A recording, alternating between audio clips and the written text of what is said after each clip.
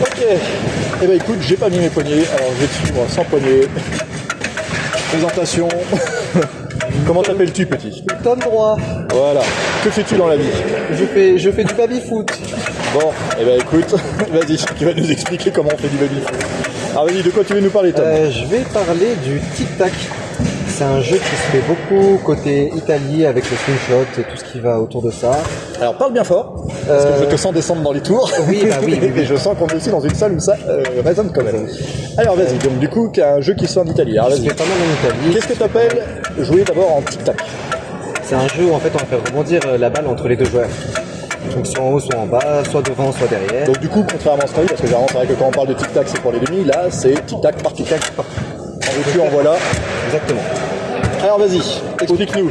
Donc quel est le... Comment que ça marche? Comment que ça marche cette tic-tac, chose? il y a deux façons de le faire. Il y en a un où on va juste laisser passer la balle et venir taper. Donc il y a un lancer de balle et une frappe.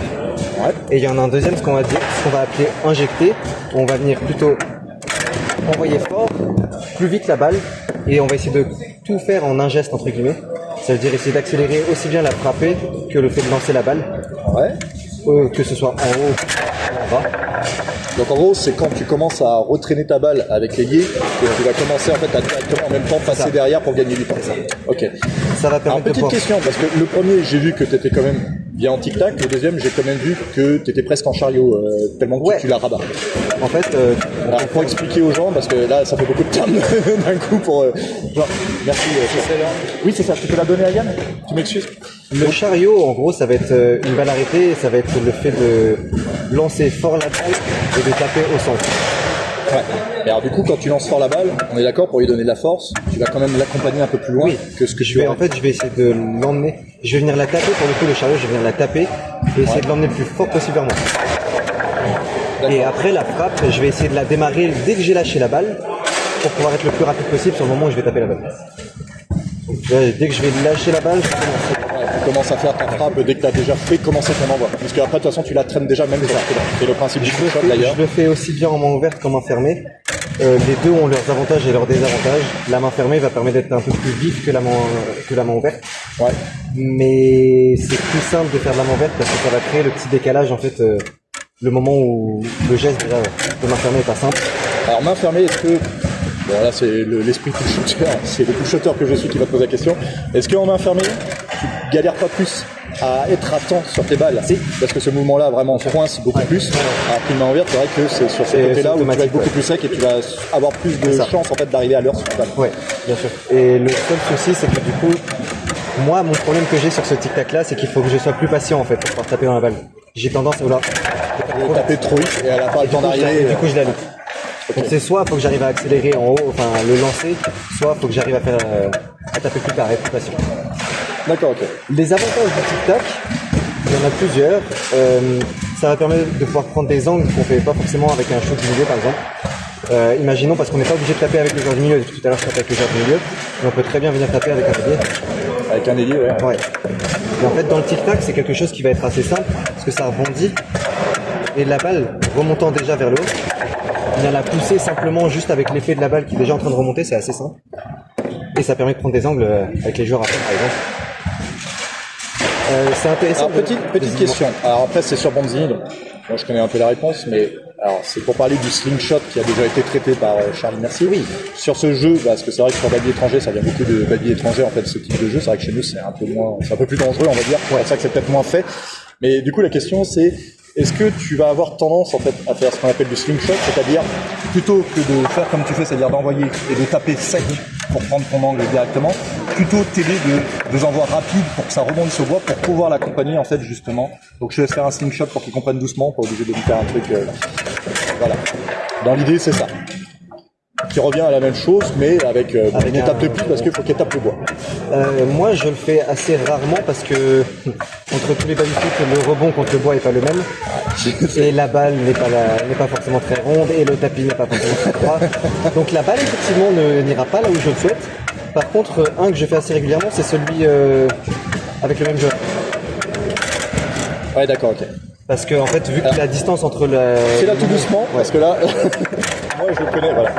Moi, je connais le geste, mais c'est vrai que quelqu'un qui ne connaît pas le geste et qui voit cette fusée partir, forcément, ça... C'est juste ça, en fait, vu que la distance est réduite entre mon fait de mon D'emmener le lancer doigt, de balle et le fait de taper, Tu ça, prends moins de risques, ça c'est réduit un pas- peu la variabilité de l'emplacement de la balle. Ok. Alors du coup, juste une petite question, parce que ce truc-là, maintenant c'est plutôt savoir en fait comment, parce que ça, juste pour être clair entre nous deux, tu commences à le jouer sur des matchs entre guillemets sérieux, parce que je me doute bien que tu fais pas ça quand tu joues ta place en World Cup, mais par exemple, est-ce que tu joues contre des gens qui ont un niveau, on va dire, bon, et justement tu testes un peu justement le truc. Je vais le jouer sur des moments opportunistes un peu. C'est-à-dire que je vais récupérer par exemple ma balle après un passage ici, si jamais le mec en face est pas prêt de pouvoir l'envoyer. En fait, c'est sur cette thématique-là que je vais m'entraîner moi à faire le tic-tac. Parce que je peux pas m'envoyer quelque chose de rapide pour pouvoir surprendre. Un peu à Esprenol. Je Ouais, fais c'est mon ça. truc parfaitement au Ouais. passage au demi, j'envoie. Je peux très bien le faire ça pour le coup, pour le chariot, mais c'est le fait d'avoir la balle sur le pied, de renvoyer en tic-tac, taper après tout de suite. Là, on rentre plus sur le chariot que sur le tic-tac, mais c'est le même principe. Ça va être venir surprendre l'adversaire avec un shoot rapide, ou alors ça peut très bien être, comme j'ai dit tout à l'heure, D'accord. avec Alors du coup, la question maintenant, justement pour peut-être pour imager le truc, parce que j'imagine qu'en fait c'est combiné à tes passages. Ouais. Alors est-ce que c'est combiné à des passages ou est-ce que tu combines aussi des fois à des récup? Là, moi je à des récup plus qu'à des passages. d'accord. Donc Ouais. moi sur ton En passage, fait, si jamais j'arrive à par exemple récupérer ça, et que la balle en fait elle est propice, genre elle va s'arrêter comme ça, là je sais que je vais pouvoir l'envoyer. Si jamais je me retrouve avec une balle, je sais pas, qui a rebondi, qui a fait ça, je sais que je peux l'envoyer. ouais d'accord. En fait il y a des... Donc tu cherches vraiment l'opportunisme à fond les ballons, donc du coup pour toi un passage forcément le mec qui t'attend défensivement après, alors qu'une récup il est vraiment pas prêt et du coup en fait tu vas pas c'est pas un truc que tu vas faire s'il y a quand même un pourcentage de chance enfin s'il y a de la défense. Ouais, non. En fait le but c'est vraiment, si jamais je peux surprendre en allant plus vite que le gars en face, je vais le faire. D'accord, ok. Alors petite question, parce que du coup justement, c'est comment tu travailles en fait au départ. Parce que comme je disais, si tu vises de la récup, forcément en fait la récup, il va y avoir un peu tous les endroits. Parce que la récup, malheureusement, ça c'est pas téléguidé. Donc du coup la question c'est comment en fait tu réfléchis en fait comment tu travailles ton truc pour savoir quel départ je vais faire. Tu vois, enfin. Est-ce que tu as des zones, par exemple, tu te dis si jamais je récupère là-dedans, c'est un truc. En fait, explique-nous en fait comment tu agences un peu tout ça. J'ai 2 zones de travail en fait. Mes passages se situent grossièrement dans cette zone-là. Ok. Et dans cette zone-là, je sais que je dois être capable de pouvoir injecter une balle et la taper. D'accord. Je suis là. Je sais que je dois être capable de pouvoir faire ça. Et du coup, en fait, si j'ai bien compris, donc du coup, plus tu vas être dans cette zone-là, plus en fait tu vas faire le fameux chariot en double. Enfin, c'est pas un chariot, c'est un aller-retour quasiment en chariot. Et plus je vais être en bas, plus tu vas être dans cette zone-là, plus tu envoies directement. Ouais. Juste celui-ci.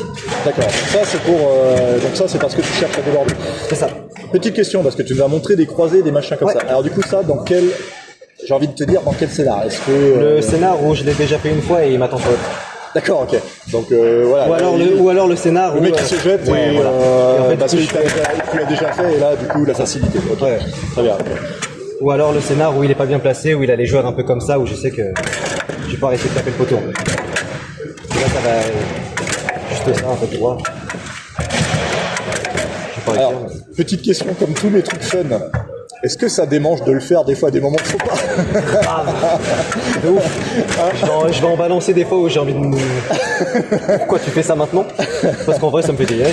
Le style de jeu est trop fun à jouer. Malheureusement on peut pas le faire correctement sur la table parce qu'elle n'y est pas propice. Donc il y a trop d'irrégularités pour pouvoir le faire vraiment de manière compétitive. Ouais. Mais quand on voit les Italiens qui le font sur Roberto Sport, les Américains qui le font sur Tornado, c'est incroyable. Même Garnado. Ouais, de ouf. Ah oui, même Garnado. Les pull shots, le tic-tac et tout. Quand on voit pas mal Thomas Haas par exemple le faire sur Léonard. J'ai même vu Félix Drosseux le faire. C'était sur contre l'anglais. Je crois que c'était sur Garlando ou Léonard, je sais. Et World Cup. Et on peut le faire aussi bien devant que derrière. Pas de problème. Oui, c'est ça. Sauf que lui, en plus. Yannick Hansen aux États-Unis en ce moment, il ne joue pas tic-tac. Ah ouais. Et il va sur des demi-finales, des finales, en faisant. Les ovnis.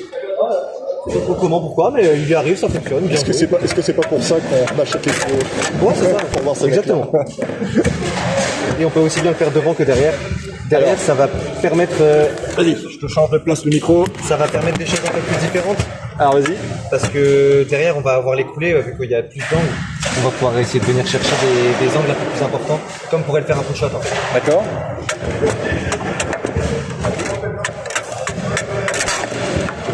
Alors du coup, petite question, parce que là après moi je suis adepte du tic-tac à l'arrière. Je vois que tu fais ton tic-tac, on va dire très amorti. Ouais. Est-ce qu'il y a une raison? Moi je le sais, mais Il y a une raison de pouvoir justement jouer la menace instantanée et la passe. En fait, si jamais le fait de l'amortir déjà, on va venir suivre la balle au plus possible pour qu'elle s'arrête. C'est bon, et avec la pente, j'allais te dire aussi. Ouais, avec Est-ce que c'est vrai que là je te vois t'amortis spécialement dans cette zone-là, parce que justement c'est la zone stable. Sinon la balle est et de jeu, l'amorti, j'imagine que c'est pour moins tu fais de distance avec ta balle, plus elle est stable, et pour les brosser aussi, j'imagine. Bah, en fait, le fait de l'amortir va permettre justement d'essayer de renvoyer cette balle, qui va être un peu plus simple à gérer plutôt que de faire comme un point, besoin de la rabattre complètement. Je te prends juste 2 secondes parce que je sais pas si j'ai bien enregistré. Je vérifie. Oui, c'est bon. J'ai pas fait cet affront. Je regarde parce que j'étais en train d'appeler. Ça m'aurait fait mal quand on n'est pas enregistré. Alors c'est bon. Pour une fois, je n'ai pas fait. Et après, du coup, derrière, il va avoir le même schéma un peu que devant, où je vais pouvoir venir envoyer le chariot un peu dans le même délire. D'accord, ok. Donc là, oui, ok. Donc alors après, voilà, c'est ton chariot. Là, j'imagine que ça va être beaucoup plus en moins d'aller-retour, peut-être plus de direct avec des angles et du centre. Tout à fait. En fait, le chariot va servir de centre parce qu'on peut pas, avec la vitesse, envoyer quelque chose qui va prendre l'angle. Le fait de relancer vite la balle, si je vais pouvoir mettre un angle qui va partir en corner là-bas, mais je vais pas pouvoir la ramener complètement à l'inverse. Ou alors, il faudrait vraiment que je la ramène comme un point vers la surtout qu'en plus, là, encore, on a de la chance parce que sur Bronzini, les brossés, ça prend assez bien. C'est-à-dire brosser à l'inverse du sens. En gros, sur un tornado. Pour expliquer aux gens, prendre juste à la main. Si votre balle, vous l'envoyez dans ce sens-là, donc la brosser, je vous laisse aller voir les autres tutos qui en parlent plus. La brosser, c'est le fait de frotter la balle comme ça, hop, sur le côté pour lui donner un angle. Le problème de faire ça, c'est que si votre balle va comme ça et que vous brossez dans le sens contraire de là où elle va, souvent, c'est extrêmement dur en fait de lui mettre un angle déjà précis et déjà de lui mettre un angle aussi, parce que par exemple sur Tornado, c'est quasi impossible. C'est impossible de rabattre comme on peut le faire. Il faut absolument Tornado, il faut vraiment que ça soit dans le même sens que la brossée. C'est ce qui se fait souvent. C'est pour ça qu'il y a beaucoup de slingshots sur Tornado, parce que justement, ça pallie à ce problème. Tout à fait. Alors question, parce que du coup c'est vrai que le tic-tac derrière, tu m'as dit que c'est très opportuniste, notamment quand il y a ta des récup. Est-ce qu'à l'arrière tu le fais dans le même esprit? Parce que du coup quand tu travailles ça, c'est dans quelle optique que tu vas travailler le fait ça, pour le coup ça peut être un schéma de jeu que je peux jouer en fait en double complètement. D'accord, donc parce ça c'est tu vas pas le jouer forcément ça. En simple, tu vas pas faire de la relance comme pas ça. Pas forcément, hormis si vraiment il y a un trou énorme que je vois où je me dis avec ça je vais réussir à l'attraper. Ouais. Ce qui est rare parce qu'en réalité. En plus il y a une prise de risque je pense déjà sur ta possession de balle, donc je sais pas si c'est viable. En double par contre le fait d'être en mouvement va permettre de faire bouger plus facilement la grille. La grille va devoir se déplacer parce que si jamais par exemple s'il me laisse le chariot en se descendant ici, un peu dans cette grille là, moi je vais avoir des facilités à revenir complètement en haut et ça va être très rapide. Et ça va permettre de pouvoir faire bouger la grille. Ça veut dire que ici, on va être obligé de revenir comme ça, mais du coup, tu vois qu'on a brossé maintenant qui va s'ouvrir. Je peux aussi mixer avec des passes. Ça te permet une mobilité d'aller dans des zones plus faciles que. Et après, le tic-tac n'est pas fixé au milieu en fait. Je vais pas le faire que ici. En fait, tu vas jouer moins sur quelqu'un qui est statique, qui va viser la précision dans des petits trous qu'on y lève parce qu'on y touche les plus faciles. Ah là, ça te permet de délocaliser complètement et on va dire d'aller dans des trous vraiment, on va dire. Au niveau des passes, je vais dire obvious, c'est évident. Voilà. Au niveau des passes, en fait, si je peux passer mon joueur juste derrière la balle, c'est bête, mais en laissant simplement passer la balle et en tapant dedans, elle va prendre tout de suite l'angle. Ouais. Et du coup, la passe devient assez simple, devient assez masquée en fait. Alors, petite question, est-ce que en double tu fais du 2-5 sur ce schéma? Absolument pas. Ok, c'était une petite. Je comprends, mais non. C'était une petite dédicace à Faïd avec le fameux 2-5 du double. Ça pourrait, hein, c'est quelque chose qui peut se faire. Il faut avoir le bon avant qui met pas le passage. Non, je demande parce que c'est vrai que faire du tic-tac ça te permet de faire la passe de là à là en double, mais comment ça? Donc, du coup en double, je me demandais est-ce qu'il y a peut-être un monde où tu l'inclus dans le jeu. Donc c'est vraiment c'est vraiment pour de la frappe pure et dure. Voilà. Ni passe à ton avant, c'est vraiment objectif. C'est tirer beaucoup. Ouais, tirer ou jouer le rebond. Ok. Alors petite question, du coup, ça tu m'as dit que tu l'avais construit. Est-ce que tu veux rajouter du tic-tac au demi? Le tic-tac au demi, ça pousse à ta base de chariot. Ça pousse à ta base de chariot. Ça c'est pareil, on voit beaucoup Tony Spreadman le faire, on voit beaucoup les joueurs qui sont assez rapides, les Justus Saost en ce moment, où en fait on va venir se servir de la rapidité du fait du rebond vers le bas. Ça veut dire qu'on va essayer de lancer la balle. Ouais, pour chercher, remettre plein centre. Remettre plein centre, que ce soit en bas ou en haut. Alors, est-ce que tu peux expliquer pourquoi on fait ça? Parce que c'est juste, c'est vrai que les gens, en fait, on peut-être pas le schéma de quand on passe, nous on est tout le temps sur un côté. Donc c'est vrai qu'ils comprennent pas pourquoi tu fais ça. Moi je reste au centre. Bah ouais, en fait, on va venir menacer nous sur toute cette zone, du coup, comme j'ai montré tout à l'heure, sur toute cette zone-là. Les gens, ils vont vouloir se focaliser sur le fait de contrer les passes ici. Ouais. Donc ils vont avoir les yeux qui vont fixer. Je sais pas, moi j'ai les yeux quand je défends, j'ai les yeux qui fixent ici. Quoi. Bah c'est ça, parce qu'en fait nos passes c'est quoi? C'est en fait les passes en fait se croisé, font toujours passe, droite. Voilà, les passes en fait pour ceux qui n'ont pas l'habitude, elles partent toujours de là. C'est-à-dire que vous allez faire votre tic-tac là et souvent en fait la passe elle passe de là à la croisée ou tout simplement s'il va sur la croisée le long de la bande. Et généralement on ne cherche pas à faire autre chose parce que tout simplement en fait ça sert à rien de faire autre chose. En fait il faut construire là-dessus, c'est-à-dire faire croire votre adversaire. Il y a tout un schéma stratégique à mettre en place avec déjà c'est machin. Après vous pouvez mettre de la fourniture parce que je vous mentirais si je disais que tout le monde n'avait que 2 passages, ça c'est très bien. Et du coup c'est pour ça que souvent en fait quand vous allez commencer à jouer comme ça, vous allez voir souvent tous les joueurs vont se focaliser comme disait Tom dans ce point-là. Tout ça. Visuellement voilà. en fait c'est très dur de pouvoir voir toute la barre du demi en entier en se disant attention à tout moment il peut me lancer un tir, attention il va me faire un passage sur le 8e joueur là-haut. Et en fait, visuellement, si jamais tu arrives à prendre la personne en face de toi de vitesse et pouvoir monter rapidement, ça va être assez facile. Il va pas forcément avoir la réaction, alors il va avoir la réaction amplifiée, du coup il va aller trop loin parce que justement il l'a vu un peu en retard, etc. C'est sur ce principe-là. D'accord, je vais te dire, si déjà il est aux prêt à partir sur ça, il est forcément moins concentré là. C'est ça. Parce que du coup, j'imagine que dès que tu as fait ton truc et que tu vois que le mec, j'y vais, mais j'y vais pas trop parce que il y a là, ouais, je vais te faire rabattre. Tu vas pouvoir vraiment faire tes trucs assez librement. Ça, c'est le piège. C'est ça, exactement. C'est le piège. Donc voilà, au demi, ça va se baser vraiment sur ça, ou alors ça va être mixé avec un passage, imaginons ce passage-là, je vais réussir, promis. Celui qui arrive sous ce joueur-là. On peut très bien dire que sur ce même passage... La balle, le tapis colle un peu. Ouais. En fait, sur ce passage-là, on peut venir insérer un tir en fait dans notre petit canon assez facilement, ou même sans forcément l'injection, mais juste en levant le joueur. Les fameux tir passe. C'est ça. Tu fais la passe, tu l'as réussi. Tu t'excuses parce que c'était une passe normale. Voilà. Eh ben écoute, donc je rappelle juste pour tout le monde parce que ça soit bien clair, là ce que vous a montré Tom, c'est des idées pour compléter le jeu. Ce ne sera pas un jeu principal, pas sur bande en tout cas. Alors, vous pouvez le faire en jeu principal, mais vous allez roter du sang. Je vous dis tout de suite, c'est vraiment pas ça. Comme on disait, c'est quand il fait son tic-tac devant, vraiment en fait quand il y a des balles qui vont arriver par magie sous le pied, ou tout simplement des passages ratés et que le mec est pas prêt.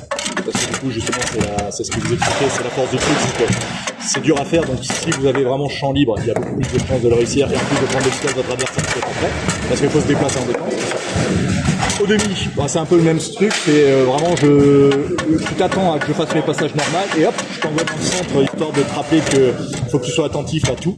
Donc pour forcer la réouverture. Potentiellement les barres arrière. Voilà.